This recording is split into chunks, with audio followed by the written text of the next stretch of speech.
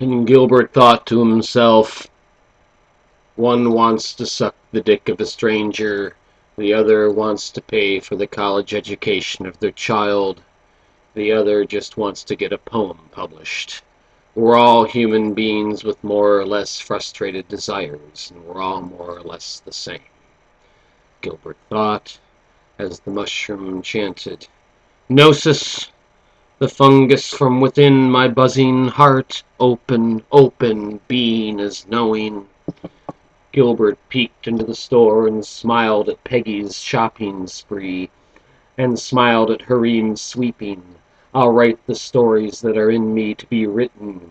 I'll write of Hareem, of her, the mayor. Gilbert exhaled smoke. The scriptures and songs of their lives will be added to the human repository. I can do this, and I'll do it with laughter. And I dip my toe into the Carolinian portmanteau language sea, Logos, true north. All a language the universe is made of words, and we greening within you are the demiurgal progenitors, fairies of tales and cosmic jokes. We thought the silence a bore, we voyaged outward and followed our true north, and we got the universe talking its funny, funny talk. Ha ha ha, ha ha ha. Peggy, by the eggs, opened the cartons. Medium or large? Jumbo? Brown or white? What will Gilbert like? What is Gilbert thinking? She made a selection, her eyes lurching left. Bacon? Gilbert recalled the revelatory moment of rising from the computer, the onslaught of visuals, panoptic panoply of all fluidity of forms, nothing solid. Gilbert staggered, snot swaying.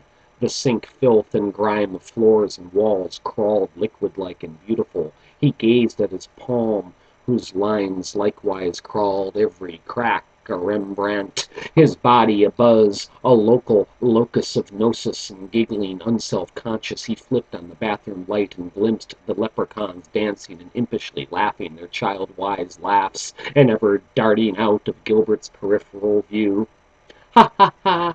We see yous, and we with merriment bided our time. Ha ha ha! Bided our time.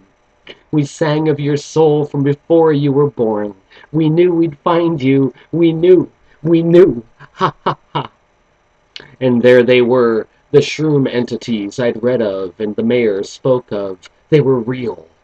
And I gazed in the mirror and beheld myself for the first time healed. Healed and new, the multitudinous funhouse me's beamed from the buckling glass, me young, me old, thinner and fatter, bald and hair bedecked and haloed and holy. Holy, healed and breathing, fresh and fearless, my snot face, my tear face flowing with serenity of all aspects, from deep within the dowel, winked and giggled on. All my suffering, posturing, striving, compensating ego eyes stripped away, emptied, gone in this initiatory moment. The me myself, the true, the beautiful, the pure, remained. I am, and that's all, folks, I said, turning to the toilet bowl. The naked shroom nymphs clinging from the shower curtain cried, Piss us a golden poem, piss boy, piss boy. Piss us a golden poem and remember in the morning. The urine urge tickled, my unzipping a gay melody. My luminous pubic curls coiled and swayed, lush and emerald seaweed swayed, and emerald-hued and fluorescent I pissed amid laughter. And splashes, splashes and laughter and waterfall music, wind chimes tinkling, the soul filled with love. Peggy's arm muscles burned from the overstuffed bulk of the handbasket. With two hands gripping the metal handles and cutting into her flesh, she lurched the load towards the counter. Hareem bent over his broom, broke off his whistling, wincing in back pain while noticing her approach out of the corner of his weary eye. He batted dreamily his dusty lids at her, driven in undemure brunette blur. Peggy grunted and heave-hoed it till her sinews slowly went liquid, easing delicately the basket to the floor for dragging. Harim propped broom and dustpan against the wall and shuffled to her with a smile, and Gilbert drank his open container of Four Loko in the Ma and Pa shop.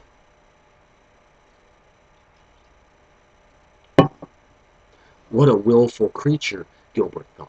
Again he looked to the stars. Lunatic bard, have you seen fit to scribble an equal for me in your never-to-be-read polydiversional pathology genre'd unpublishable and laughably solipsistic epic rant?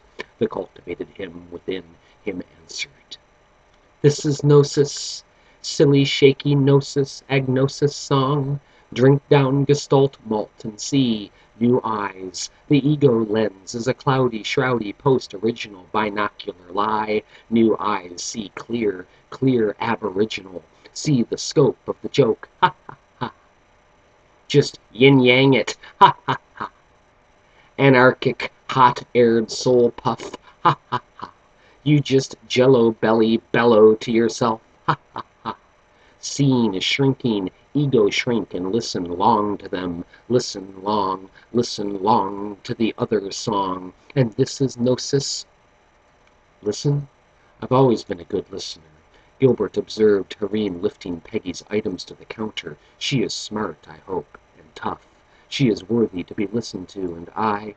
And Gnosis the Mayor Brick Road, ha ha. And Gnosis the Mayor Brick Road, ha ha. Just Gnosis, Gnosis, Gnosis, Gnosis. Gnosis the Mayor Brick Road, ha ha. Wherever you sin, wherever you win. One by one, Harim scanned the UPCs. 12-pack of Pabst Blue Ribbon plus deposit, $8.59. Deluxe Tombstone Pizza, $5.99. Doritos, $2.59. Pretzels, $1.99. Original Pringles, $1.99. Conqueso sauce, $1.99. A dozen jumbo eggs, $1.79. 1 pound of bacon, $2.99.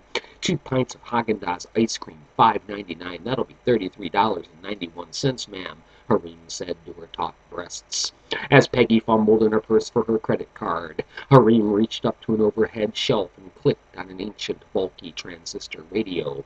Cheesy station promotional music ends abruptly, yielding to a deep, somber, professional voice. This is Clear Channel News. It's 11 o'clock. Tough day for U.S. troops in the war on terror. Suicide bombings in Damascus, Tehran, Kabul, and Karbala claimed over 100 American lives. The president promises swift retaliation and asks all citizens to support our troops through prayer. From the Oval Office, he addressed the nation. My fellow Americans, the evildoers shall not... Harim, trembling with disgust, clicked the radio off and sliced Peggy's card through the machine. He muttered to himself, support our troops through prayer? Fucking crock. I'll support the troops by giving them all my fucking middle finger.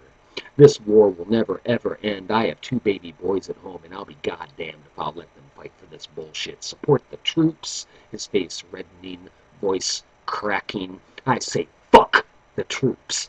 Fuck the troops. Fuck them all to hell. The credit card machine rattled and choked out the receipt. Harim ripped it angrily on the serrated teeth and slapped it on the counter for Peggy to sign. I agree with you, sir, she said calmly. We've become a society of slogans, overthinking, profits over people, slavery over freedom, rivaled only in its stupidity by just say no, and if you don't vote, don't complain. Support our troops has become the dummies cliche of the inane, thoughtless age. Support our troops means don't think about what they're doing. Peggy gathered up her groceries. The troops are tools, but lethal ones. They're killing people, and they know they're going to be called upon to kill when they sign their souls away on the dotted line. Harim, head down on the counter, sobbed disconsolately. Peggy lowered her voice and softened her tone. Of course, the troops have been mind-controlled to think they're fighting for good, for God. The whole culture's to blame. It's a fucking shame. Let's pray that someday the people will wake. Let's pray that someday the people say enough is enough. We will not serve up ourselves or our children on your evil smoking altars of death. God bless free thought, and good night, sir. Harim neither lifted his head nor made a sound or gesture of farewell. He just languished there as Peggy opened the door, its ding, ding, ding, sad and somber as a funeral dirge or church bells tolling to usher in the apocalypse. Gilbert, startled, dropped his cigarette to the sidewalk. Back to the whirlwind. Ha, ha, ha. Oh, hey, Peg. Let me take one of those bags. She thrusts one into his arms. Whoa, we ain't going hungry.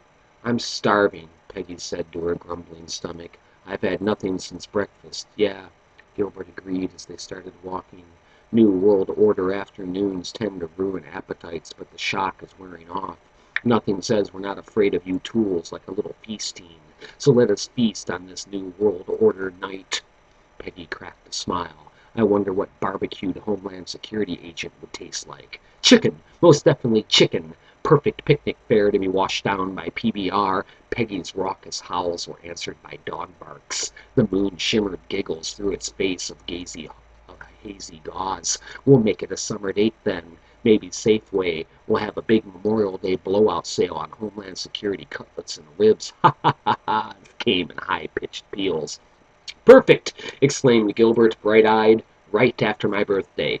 When is Gilbert Day? May 27th. You're a Gemini, then. You got it. Peggy playfully smiled. That explains everything. It explains the inner wars constantly waged without respite, I guess. Their arms burned from the heavy bags as they walked past 11th Avenue. Pigeons purred and blackbirds cawed for crumbs on the sidewalk. My place is coming up on the left, Gilbert said, but I gotta warn you, it's a shithole. Oh, I'm sure I've seen worse, Peggy said in a strained voice. Well, I'm afraid I've neglected washing my dishes, and my clothes are piled in heaps on the floor, and papers are scattered everywhere, and everything is filmed over with a fine dust of negligence. Yeah. Peggy affected a comical little girl's register. You guys are all slobs, I know. To be expected. Sad but true. You all miss your mothers. It's a wonder you can even... Oh my God, what the fuck? Gilbert stopped and trembled with shock, and Peggy did likewise. Before them, rising dark, phallic-like, and familiar from the ground, was an ordinary telephone pole. But inexplicably, at face height, a poster-sized black-and-white photograph glowed eerily in the moonlight. They both set their bags down. No one else was around. Peggy scratched her chest above her breasts. Who in the name of sweet Christ did this, she said. Gilbert pressed close and touched the photograph.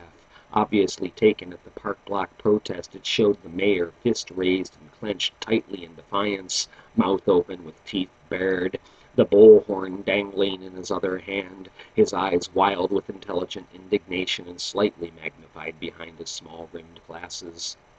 Behind and to the sides of him lay the throng of enthusiastic supporters, all similarly fist-raised. It was a powerful photograph, fortuitously framed, snapped at just the proper moment of apotheosis. Near the top of the picture, inscripted bold and bright in blood-red lettering, was the mayor's exclamation, "Shut this toilet down!" Pigeons waddled about in watchful silence. Another message, Gilbert whispered. Others know. Peggy nodded. Yeah, the others know, and this is a Twilight Zone episode. Gilbert fawned over the photo, straining to scrutinize the details in the dim gray light. Fucking amazing, he said. Amidst the shove and crush of bodies, somehow the photographer got off a perfect shot. What are the odds of it? And moreover, the background's details in perfect focus. I'm looking for us. Gnosis, it's an elusive, shimmering, glimmering, illusory game. And now you know. Ha ha ha. Peggy, purse open, jostling objects. Here, Gilbert. She handed him a small pen light. Use this. Gilbert focused the light to its sharpest beam and methodically scanned the scene from the top down. Peggy peered beside him, lighting a cigarette. She watched as her exhaled smoke curled into the light's narrow beam. Familiar face. Right there, Gilbert. Hold the light still. What is it? The light trembled in Gilbert's fingers. There, Peggy pointed, the woman with the microphone in her hand. It's Samantha. Her eyes excited and directed, mayorward. Her tiny fist thrust upwards, her mouth frozen in celebratory cheer. So much for objective reporting, Gilbert chuckled. The mayor won her over. He has his ways. Further and further down they scanned. Here we are, Peg, doing what we do best, lighting our cigarettes. At least we kept our heads up and didn't miss the moment. Gnosis, pleasant evanescences of time, adrift, a shift and giggling in circles, all singularity. Perfect symbolism, said Peggy. We're the only ones in the scene not following the mob. Her stomach growled audibly. From behind she snuggled up to Gilbert, wrapping her arms around his stomach. We've had enough excitement for one day. Let's attend to more primal needs, shall we? Reluctantly, Gilbert tore away his photo-locked gaze. Yes, he said. Time to see my shithole. And Gnosis the Mayor Brick Road, ha ha, and Gnosis the Mayor Brick Road, ha ha. Wherever you go, whoever you know, whatever you gaff, whenever you laugh, because it's a comic strip happenstance. Da, da, da, da.